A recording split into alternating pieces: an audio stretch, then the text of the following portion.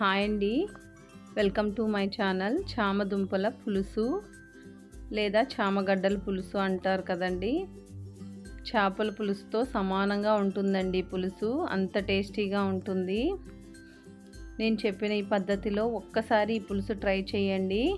ఎటువంటి మసాలాలు వాడకుండా సింపుల్గా చామదుంపల పులుసు తయారు చేశానండి. చాలా టేస్టీగా ఉంటుంది. మీ అందరికీ తప్పకుండా నచ్చుతుందండి. ఫుల్ వీడియోని చెక్ చేసి ఈ చామదుంపల పులుసు ఒక్కసారి ట్రై చేయండి. వేడివేడి అన్నంలో చాలా బాగుంటుంది. చామదుంపలకి ఉప్పు, కారం, పులుపు పట్టి దుంపలు కూడా చాలా టేస్టీగా ఉంటాయండి. పులుసు కూడా నోటికి కమ్మగా చాలా టేస్టీగా ఉంటుంది. మీ ఇంట్లో అందరికీ తప్పకుండా నచ్చుతుందండి. ఒక్కసారి నేను చెప్పిన పద్ధతిలో ట్రై చేయండి. థ్యాంక్ యూ అండి. సబ్స్క్రైబ్ చేయడం మర్చిపోకండి.